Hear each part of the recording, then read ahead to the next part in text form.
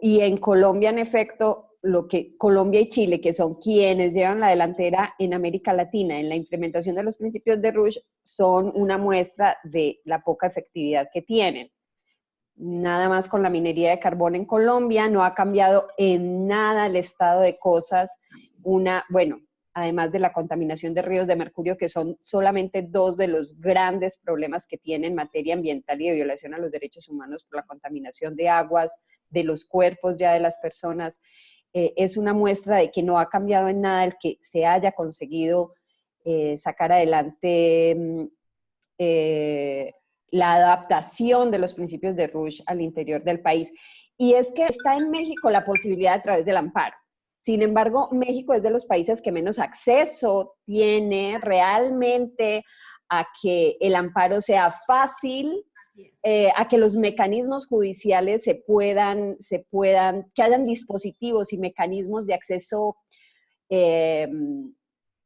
para la demanda de los derechos humanos, a diferencia, por ejemplo, de la tutela en Colombia, que es de tan fácil acceso.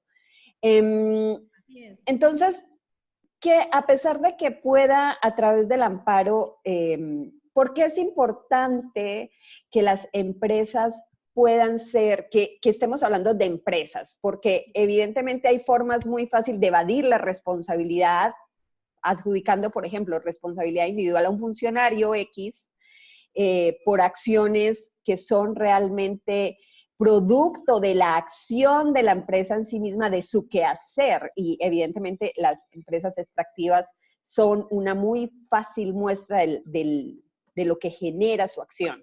Exacto. Pero en México, ese amparo, pero ¿qué acceso real hay? ¿Hay algún antecedente? Hay dos.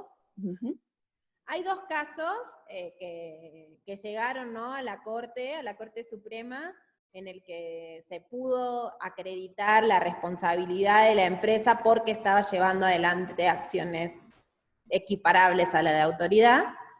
Y aquí me gustaría como hacer como un paréntesis, ¿no?, de cómo esto es producto de la organización y las acciones que lleva adelante la sociedad civil, las comunidades afectadas y los abogados que acompañan estos procesos, ¿no? El derecho no cambia porque se cambie la Constitución o se cambie digamos, por la positividad de la norma, ¿no? Podemos poner y tener una Constitución y unas leyes de avanzada, sin embargo, eso en la práctica hay que trabajarlo para que pueda materializarse, ¿no? En ese sentido, claro que haya cambiado la ley de amparo y que se haya hecho la reforma constitucional de derechos humanos, abrió puertas que algunos colectivos de abogados, algunas organizaciones comunitarias y organizaciones de la sociedad civil aprovechamos para hacer avanzar estos temas, ¿no? Y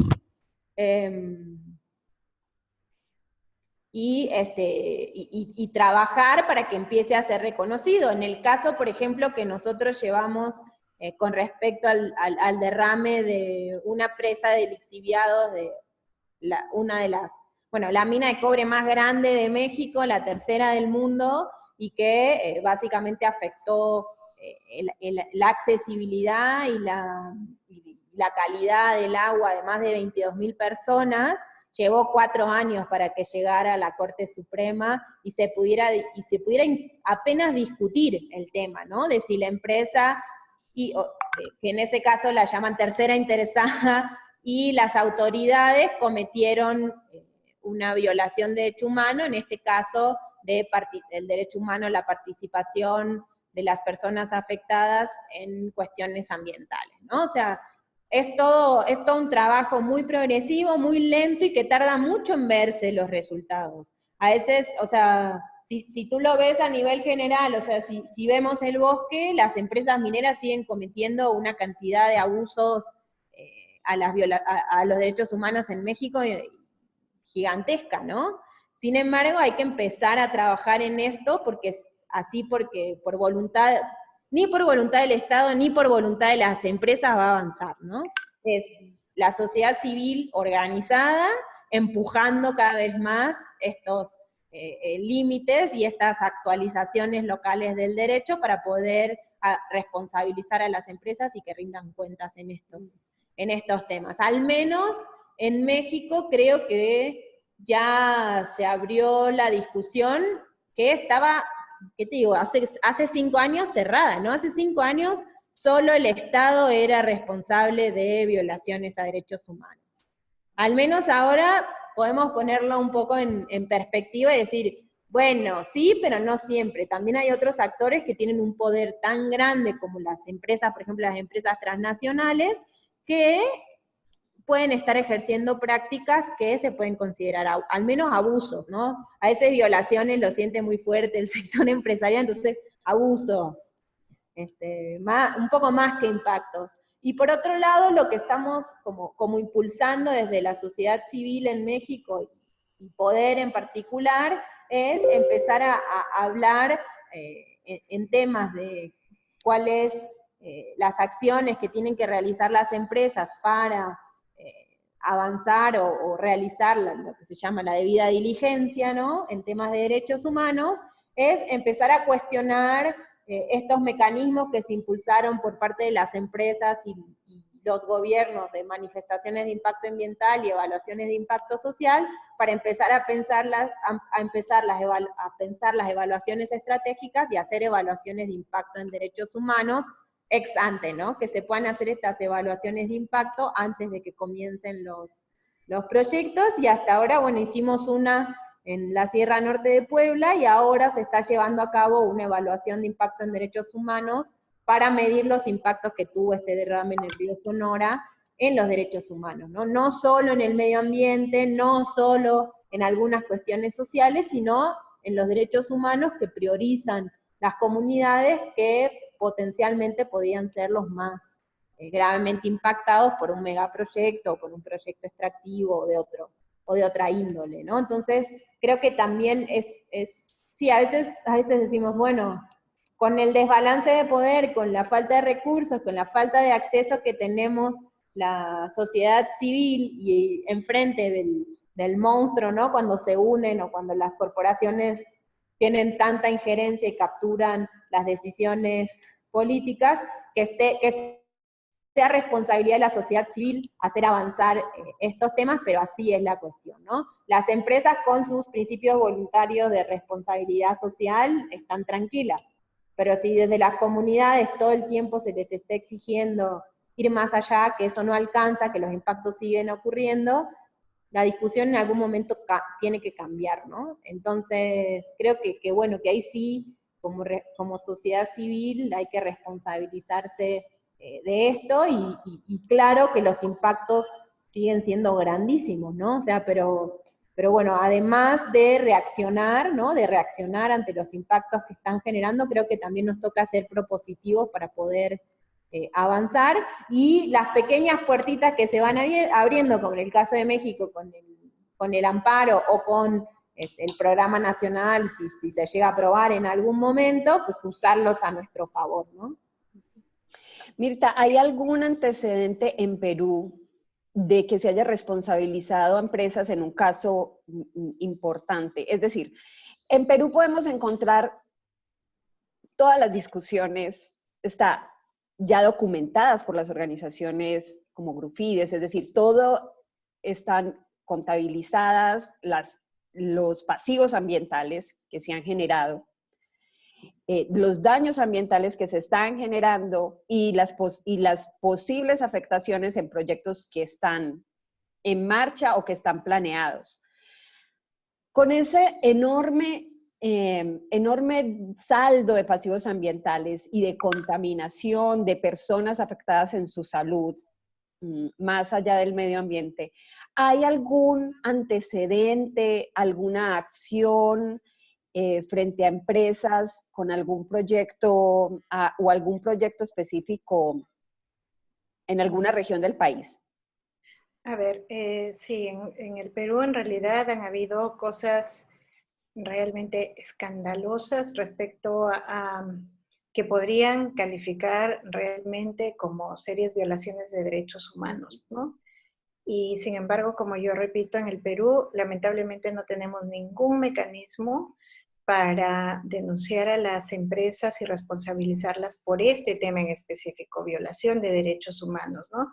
Miren, cuento una experiencia, a lo mejor de manera corta, pero nosotros acá hemos tenido un proyecto minero en el norte del Perú que se llamaba el proyecto Río Blanco, Majás, donde una empresa minera de capitales ingleses, bueno, con sus miembros de seguridad privada y la policía pública, detuvieron a unas personas que estaban haciendo una marcha de protesta y las detuvieron y las llevaron al campamento minero, y eso fue que esas personas fueron objeto de torturas y hasta una persona murió producto de esas torturas. Habían 2 mujeres en el grupo de los detenidos y las mujeres fueron vejadas sexualmente. Entonces, eso no se supo sino hasta años después, más o menos en el 2007 fue el hecho, si no me equivoco, y se supo años después cuando salieron unas fotografías tomadas por los miembros de la policía que son escalofriantes, espantosas, de cómo se veía que habían tratado dentro, cómo los habían torturado a la gente, los amarraron de pies y manos, les pusieron bolsas plásticas en la cabeza, los golpeaban. Bueno, esas fotografías realmente son muy impactantes. Es demasiado ver cómo le sacaban la ropa interior a las mujeres, las vejaban. No, eso fue terrible, y aquí en el Perú no se pudo procesar a esa empresa por violaciones de derechos humanos. La gente tuvo que recurrir, como era una empresa de capitales ingleses, fue a Inglaterra, los demandó ahí, y claro, ahí fue que la empresa fue condenada a pagar una reparación civil, pero aquí en el Perú nada. En el año 2000 tuvimos el derrame de mercurio de la empresa Yanacocha, y que contaminó a más de 5.000 personas en un poblado de Choropampa. Esa gente se fue muriendo de manera progresiva, hasta el día de hoy siguen enfermos, y bueno, el punto es que también no hubo ninguna sanción, porque por lo que se pudo hacer contra la empresa aquí dentro es seguirles un proceso administrativo donde pagaron una multa ambiental, nada más. Violación a derechos humanos ahí, obviamente que hubo, porque se comprobó que la propia empresa motivó a que los pobladores se contaminaran, porque para evitar el escándalo, derramó el mercurio, y para evitar el escándalo no se les ocurrió mejor idea que colgar un cartel donde les ofrecía dinero por cada gramo de mercurio que devolvieran. Entonces, es terrible, ¿no? Fíjense, y el caso más reciente, que es incluso con el que yo puedo comentar que se ha puesto en práctica este marco de los principios rectores y que tampoco funcionó acá, pero es el caso de Máxima Acuña, que es un caso muy emblemático acá, ¿no? Si lo conocen a lo mejor un poco, es esta mujer campesina que tiene su terreno en el ámbito del territorio de Minería Yanacocha, donde va a construir el proyecto Conga. Y bueno, la empresa entró y la quiso desalojar por varias oportunidades de manera ilegal, usando la fuerza, ¿no? Llevó a su policía, a su servicio de seguridad privado, luego a la policía pública, que acá tiene convenio con la empresa, ¿no? Es decir, la policía pública se la alquila a la empresa, ¿no? Y entraron, miren, empezaron con tirarle la chocita donde vivía, luego en la segunda oportunidad fueron y no solamente le destruyeron, la quemaron y le llevaron todos los enseres. Luego la empresa seguía sosteniendo que ese terreno era suyo, así que no ha tenido mejor idea que, por ejemplo, cerrarle los caminos públicos. Entonces ha puesto tranqueras que son controladas por su personal de seguridad, y la familia o cualquier visitante llega hasta la zona y si les da la gana te dejan entrar, y si no, no. Entonces la familia a veces se ha tenido que ver expuesta porque, claro, como no los dejaban pasar, tenía que trepar la montaña con todo lo que significa eso, caminando en la oscuridad, etcétera, para llegar a su casa. Después les han mandado drones para vigilarlos, les han puesto cámaras de seguridad, han entrado al terreno cada vez que Máxima sembraba, no sé, productos de pan llevar, porque de eso viven y de eso comen, ¿no? Sembraba unas papitas y entraba a la empresa y decía, no, esto es defensa posesoria porque yo siento que siguen invadiendo mi territorio. Y eso que les destruía el alimento que tenían para comer, entonces los han dejado sin comer, ¿no? Todo eso, en realidad, uno lo mira objetivamente, ¿cómo se puede calificar, no? Incluso cuando la empresa dijera de que eso eran acciones para defender lo que considera suyo, eso ha pasado largamente el límite de lo que significa la defensa de un derecho y se ha convertido en una violación seria de los derechos humanos, ¿no? Dejarla sin comer, dejarla sin vestir, dejarla sin casa, cercarla, etcétera, ¿no? Y todas las demás cosas que han pasado, porque le ha hecho, lo que he mencionado es un resumen cortito de todas las cosas que ha podido hacer la empresa con esa mujer. ¿La hemos podido proteger de alguna manera en este país? No, porque no existe ninguna vía. Lo que nos han dicho es, bueno, cada vez que entraban, por ejemplo, y destruían la comida, íbamos a denunciar y nos decían, bueno, pueden denunciar a la empresa o por usurpación o por daños, pero no hay una vía por la que puedas denunciarlo por violación de derechos humanos y por todos los hechos que está cometiendo la empresa. Entonces, lo curioso es que Newmont, que es la accionista más importante de esta empresa, de Yanacocha, está adscrita a los principios rectores. Ella es la primera empresa que voluntariamente ha dicho, yo voy a asumir los principios rectores. Y en Estados Unidos, en su sede, mucha gente que nos ayudó, que veía este caso con Stupor, la empezaron a presionar. Bueno, si estás adscrita a los principios rectores, si has de alguna manera ratificado y has dicho que vas a cumplir con estos principios rectores, ponlos en práctica. ¿Qué hizo la empresa? Interesante, ¿no? Nombró una misión internacional para que fuera a evaluar el caso a Cajamarca, Perú.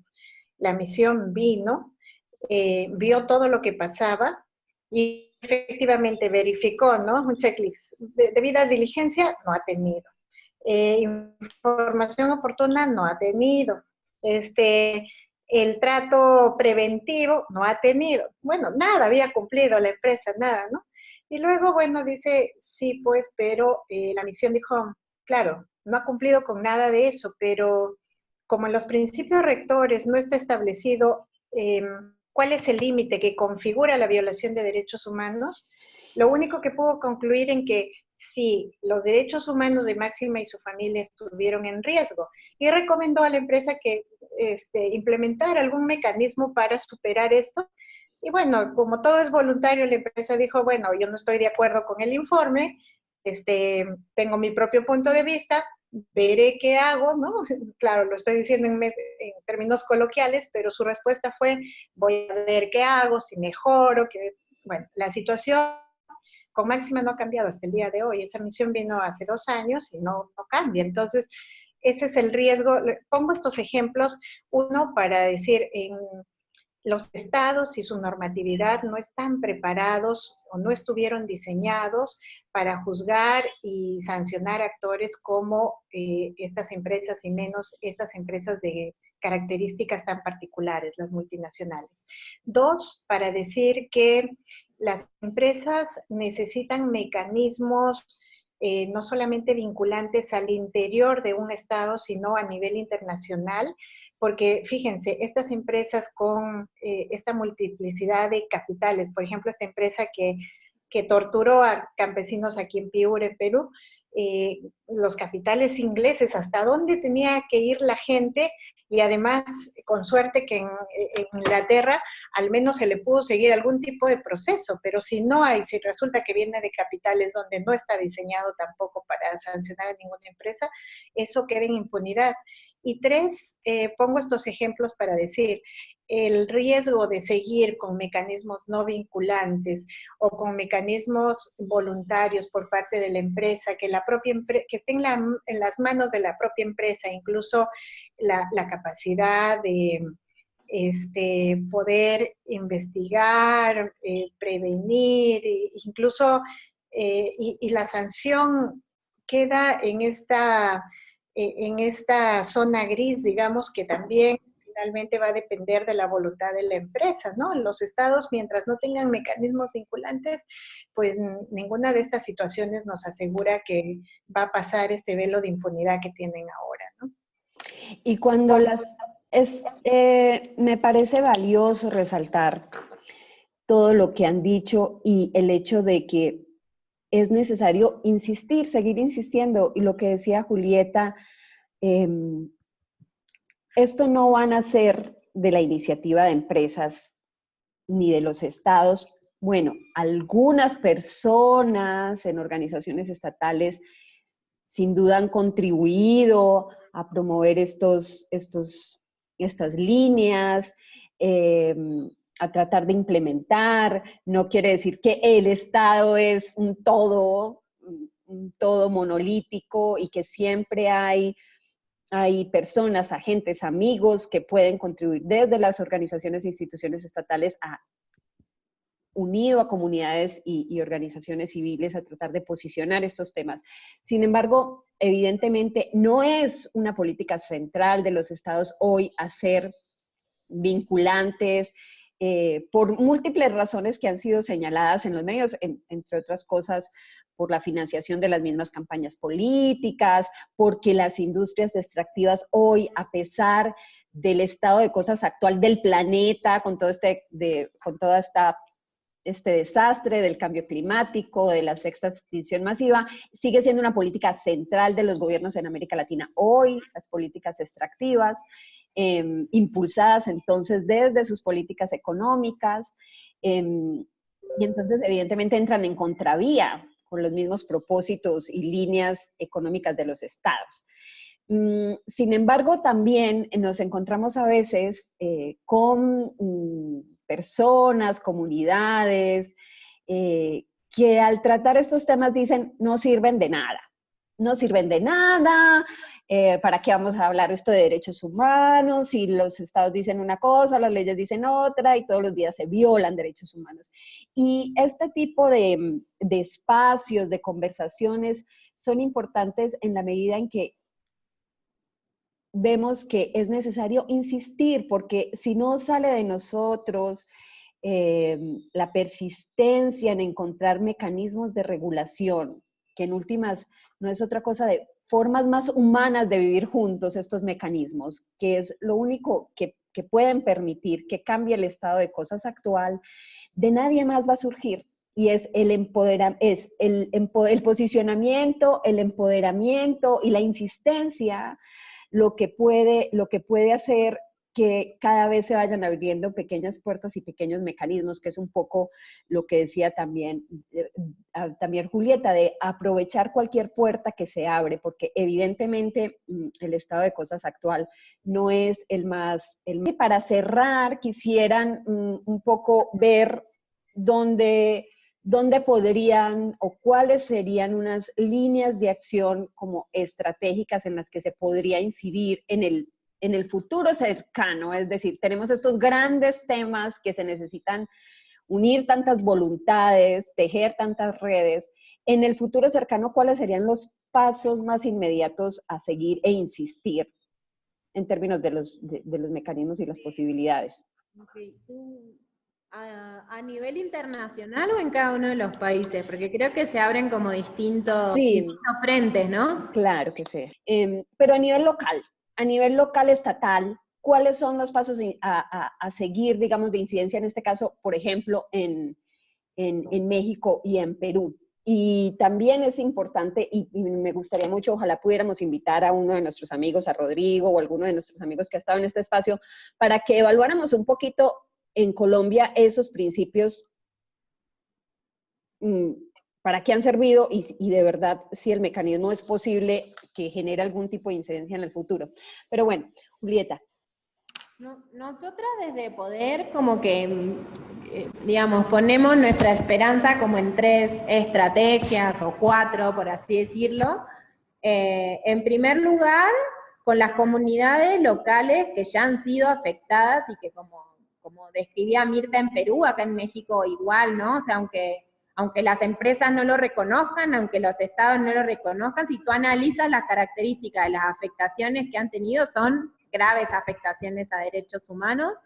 Entonces, por un lado, las comunidades locales, dos estrategias, ¿no? Obviamente seguir con el litigio estratégico para avanzar y que podamos avanzar hacia un reconocimiento de la responsabilidad de las empresas como violadoras de derechos humanos.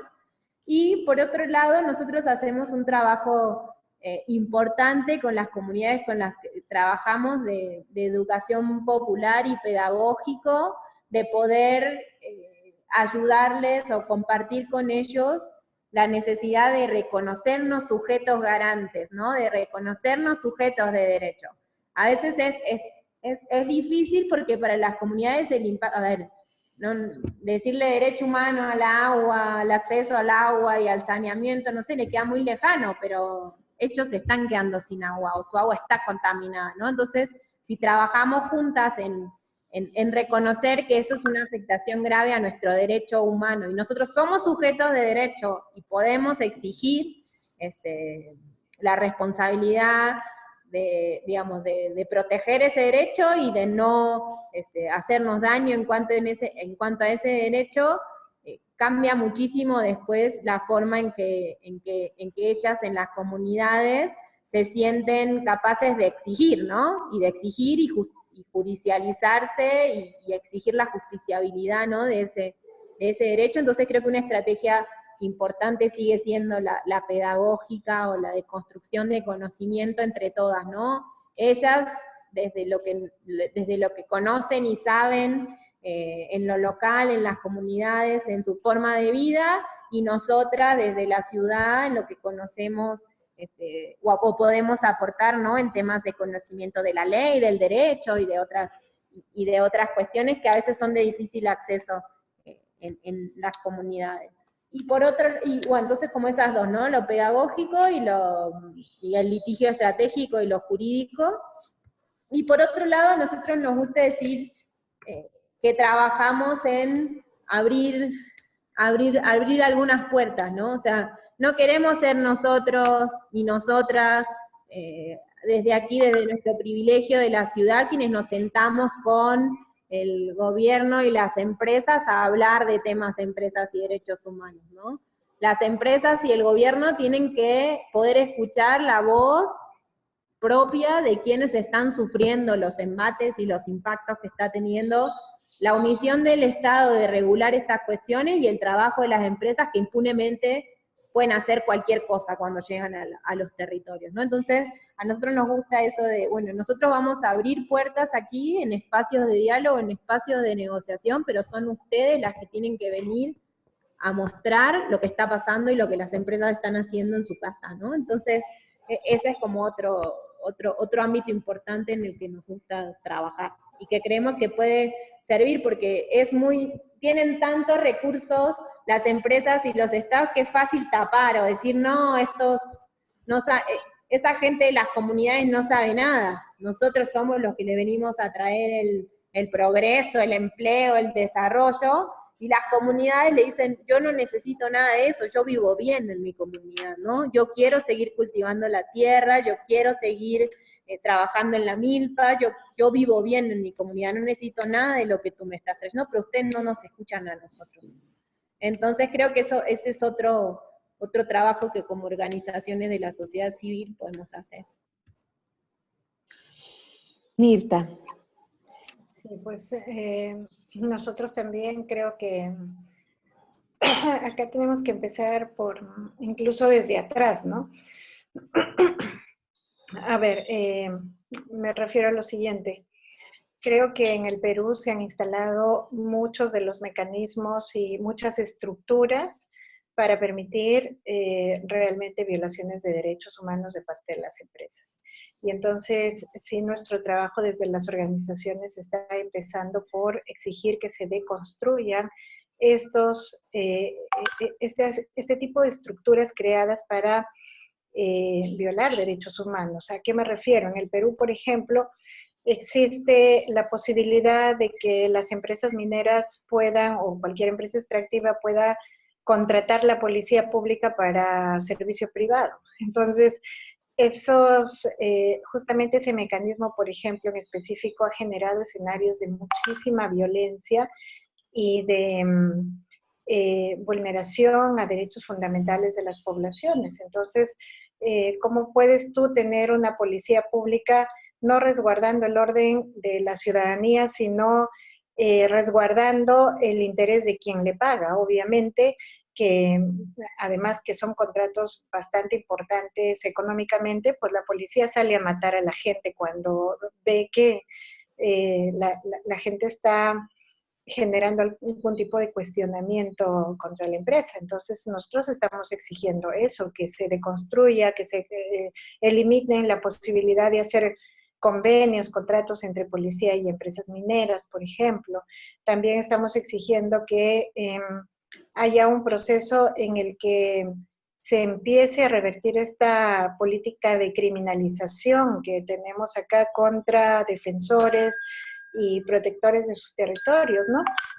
Acá toda persona que cuestiona o sale a denunciar algún tipo de vulneración de derechos por parte de una empresa privada como las mineras, por ejemplo, se lo tilda de terrorista, de criminal, de antidesarrollo, de violentista, y se han generado una serie de leyes que lo que provocan es que se persiga a la gente, ¿no? En lugar de protegerla y defenderla y tomar en cuenta su denuncia, lo que hacen es pues perseguirla.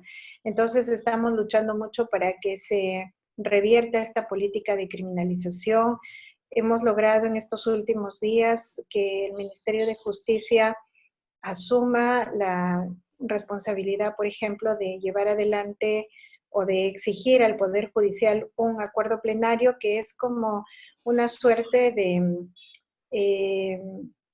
reunión de los jueces de más alto nivel donde saquen un documento donde se establezcan criterios claros que deslinden la protesta social, por ejemplo, de los delitos de extorsión, organización ilícita para delinquir, ¿no? Que eso evitaría que la gente sea procesada y denunciada por las puras, ¿no?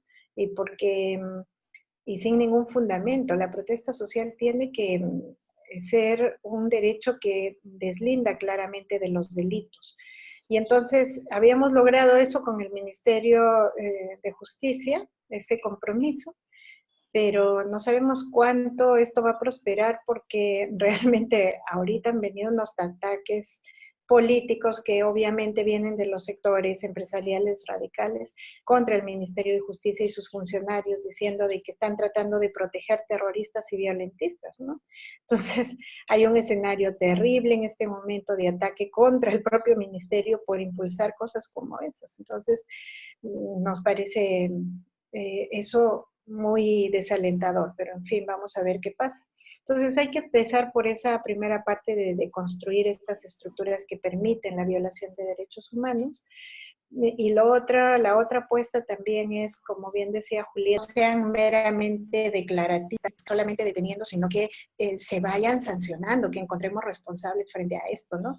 Entonces hay una apuesta clara por ahí desde las instituciones. Vamos a ver cómo se desarrolla en Perú. El escenario político es muy adverso, digamos, y el poder de las empresas es bastante grande. La Sociedad Nacional de Minería y Petróleo, por ejemplo, puede poner y sacar funcionarios de alto nivel, puede influir para que una ley no salga, ¿no? Para que se detenga otra.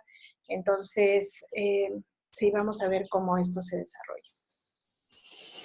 Bueno, pues muchas gracias, Julieta y Mirta. Ha sido una conversación muy interesante, que informa muchísimo, con mucha información, que yo creo que es de mucha utilidad.